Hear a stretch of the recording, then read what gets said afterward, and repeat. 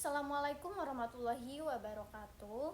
Izin memperkenalkan diri, nama saya Aulia Rahma dengan NPM 24754112 dari Program Studi Akuntansi Perpajakan kelas 4D.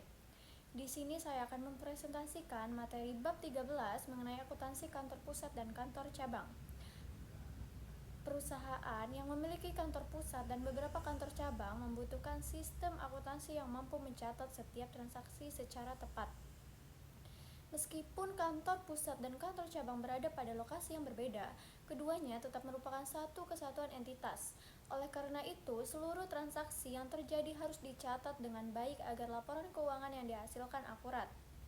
Selanjutnya, kita masuk ke pembahasan mengenai pembukuan kantor pusat. Dalam sistem akuntansi cabang dependen, kantor pusat menggunakan rekening investasi pada cabang sebagai rekening timbal balik untuk mencatat seluruh transaksi yang berhubungan dengan cabang.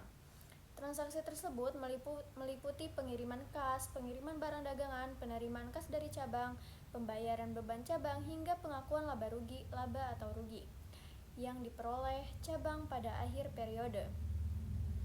Salah satu transaksi yang paling sering terjadi adalah pengiriman barang ke cabang. Pengiriman ini dapat dilakukan dengan dua cara, yaitu menggunakan harga pokok atau menggunakan harga di atas harga pokok atau yang dikenal dengan istilah markup. Jika menggunakan harga pokok, maka barang dicatat sebesar biaya perolehannya. Sedangkan apabila menggunakan markup, kantor pusat akan mencatat selisih tersebut ke dalam akun cadangan keuntungan belum direalisasi. Hal ini dilakukan karena keuntungan tersebut belum benar-benar diperoleh sampai barang berhasil dijual kepada pihak luar. Selanjutnya adalah pembukuan kantor cabang. Walaupun kantor cabang termasuk cabang dependen, cabang tetap melakukan pencatatan transaksi operasional sehari-hari. Rekening timbal balik yang digunakan oleh cabang adalah rekening kantor pusat. Rekening ini akan bertambah ketika cabang menerima kas atau barang dari kantor pusat maupun ketika cabang memperoleh laba. Sebaliknya, saldo rekening akan berkurang apabila cabang mengirimkan kas kembali ke kantor pusat atau mengalami kerugian. Selain itu, cabang juga mencatat transaksi penjualan, pembayaran beban operasional, serta melakukan jurnal penyesuaian dan penutupan pada akhir periode. Pembahasan berikutnya adalah rekonsiliasi saldo resiprokal.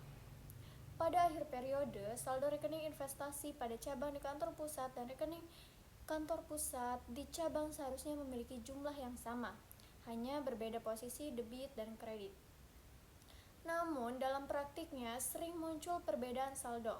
Penyebabnya antara lain karena adanya transaksi yang masih dalam perjalanan, kesalahan pencatatan, ataupun jurnal penyesuaian yang belum dikomunikasikan antara kedua pihak. Oleh karena itu, rekonsiliasi dilakukan agar seluruh saldo sesuai sebelum laporan keuangan gabungan disusun. Setelah proses rekonsiliasi selesai, perusahaan dapat menyusun laporan keuangan gabungan. Tujuan laporan keuangan gabungan adalah menyajikan kondisi keuangan perusahaan secara keseluruhan, seolah-olah kantor pusat dan kantor cabang merupakan satu entitas. Dalam proses penyusunannya, dilakukan jurnal eliminasi untuk menghapus seluruh transaksi internal, seperti rekening timbal balik antara kantor pusat dan cabang, transaksi pengiriman barang, serta laba yang masih belum direalisasi. Dengan demikian, laporan yang dihasilkan hanya mencerminkan transaksi dengan pihak eksternal. Selanjutnya adalah laba antar perusahaan atau intercompany profit.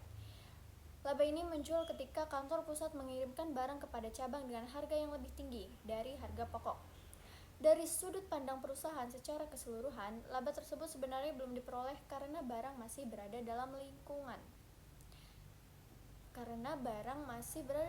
perusahaan itu sendiri. Oleh sebab itu, apabila pada akhir periode masih terdapat persediaan yang belum terjual di cabang, maka laba yang terkandung di dalamnya harus dieliminasi agar nilai persediaan dan laba perusahaan tidak menjadi terlalu tinggi. Terakhir, materi ini juga membahas secara singkat mengenai akuntansi cabang luar negeri. Berbeda dengan cabang domestik, cabang luar negeri menghadapi tambahan permasalahan berupa perbedaan mata uang. Oleh karena itu, laporan keuangan cabang harus ditranslasi ke mata uang pelaporan kantor pusat menggunakan metode yang sesuai dengan standar akuntansi yang berlaku. Sebagai kesimpulan, akuntansi kantor pusat dan kantor cabang bertujuan menghasilkan informasi keuangan yang akurat bagi perusahaan yang memiliki beberapa unit usaha. Proses tersebut meliputi pencatatan transaksi di kantor pusat maupun cabang, rekonsiliasi saldo, eliminasi transaksi internal, hingga penyusunan laporan keuangan gabungan. Dengan penerapan prosedur tersebut, laporan keuangan dapat menggambarkan kondisi perusahaan secara menyeluruh dan dapat dijadikan dasar dalam pengambilan keputusan. Demikian presentasi yang dapat saya sampaikan.